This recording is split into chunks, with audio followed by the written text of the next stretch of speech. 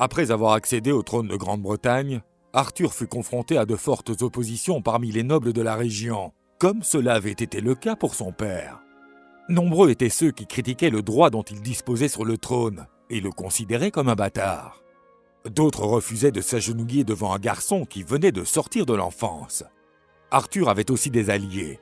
Néanmoins, il lui serait nécessaire de rallier à sa cause plus de nobles afin de pacifier le royaume. « Sir Ulfius, je sais que mon père entretenait de bons rapports d'amitié avec les rois qui vivent sur ce continent. »« Sans aucun doute, sire. Votre père connaissait la valeur des vraies amitiés en des temps difficiles.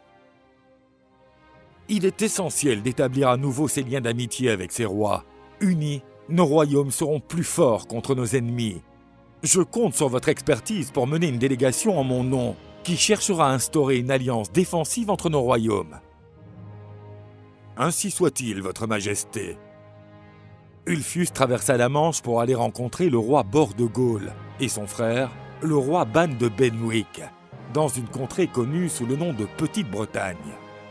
Ban reçut l'offre d'alliance avec Arthur avec intérêt, car sa femme était enceinte et le roi souhaitait que son futur fils hérite d'un royaume pérenne et fort.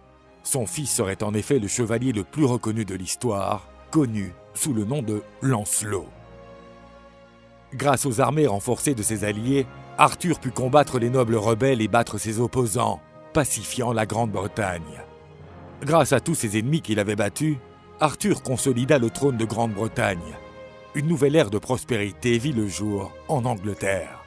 Conseillé par Merlin, Arthur ordonna de reprendre la construction de la citadelle de Camelot, l'un des rêves du roi Uther Pendragon. La construction de la cité nécessita beaucoup de sueur et de larmes, mais c'est ainsi que commença le nouvel âge d'or de l'Angleterre. La prospérité s'étendit à travers la Grande-Bretagne et Arthur fut aimé par les siens. La guerre civile entre les nobles rebelles et le généreux roi de Grande-Bretagne augmenta le nombre de chevaliers mercenaires. Les nobles qui n'avaient prêté serment auprès d'aucun seigneur ou qui avaient été bannis erraient en Angleterre. Sans rien à perdre, ces chevaliers étaient des hommes dangereux. Arthur voyageait à cheval avec Merlin à ses côtés, discutant du sort de la Grande-Bretagne, quand ils virent un chevalier en détresse. Il s'agissait de Sir Griflet, le nouveau chevalier d'Arthur, qu'on avait chargé d'éliminer un mercenaire troublant la région. Le jeune homme était gravement blessé et arrivait à peine à se maintenir sur son cheval. « Mon Dieu, qui vous a fait cela ?»« Il s'agit d'un chevalier errant extraordinairement fort, habillé d'une armure aussi noire que la nuit. Il refuse de céder à quiconque traverse les bois qu'il protège.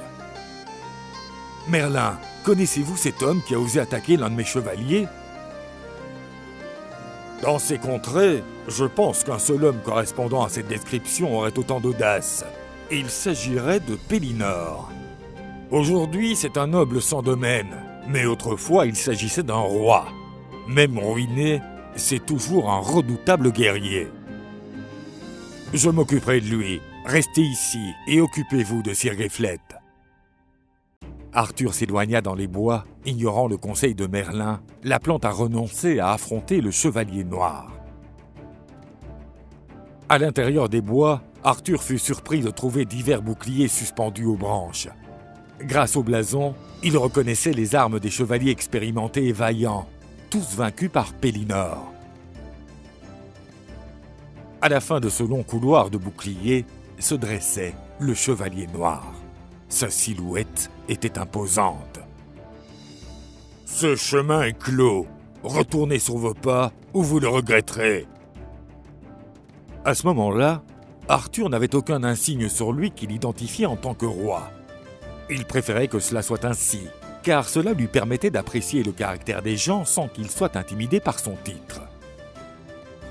« Je suis ici pour venger Sir Griflet et libérer ce passage une fois pour toutes. »« Ainsi soit-il, mais ne pensez pas que vous aurez la même chance que votre ami, car vous ne repartirez pas d'ici vivant. » Les deux chevaliers frappèrent violemment leurs lances contre le bouclier de l'autre.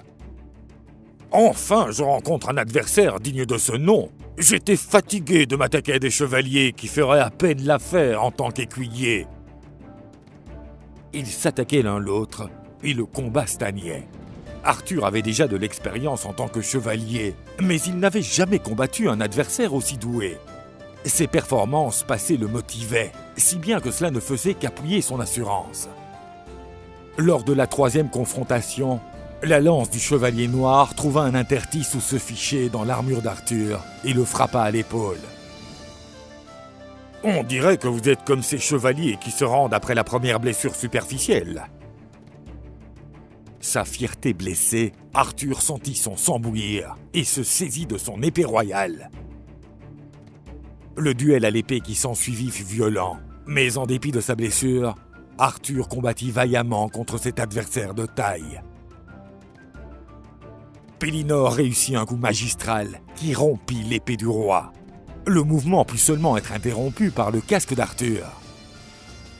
Il tomba de son cheval, mais l'un de ses pieds resta attaché à son étrier.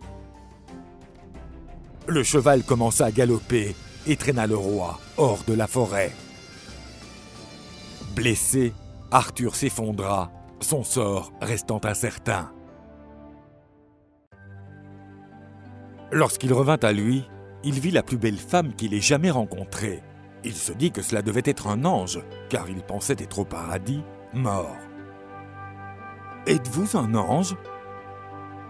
Votre heure n'est pas encore arrivée. Je m'appelle Dame Guenièvre, fille de Léodagan. » Loin de là, le chevalier noir retourna dans sa cabane au fond des bois, où il protégeait ce qui était pour lui un grand trésor. Vivaient également là sa femme et son jeune fils. Ce garçon, touché par l'Esprit Saint, serait un jour connu sous le nom de Perceval.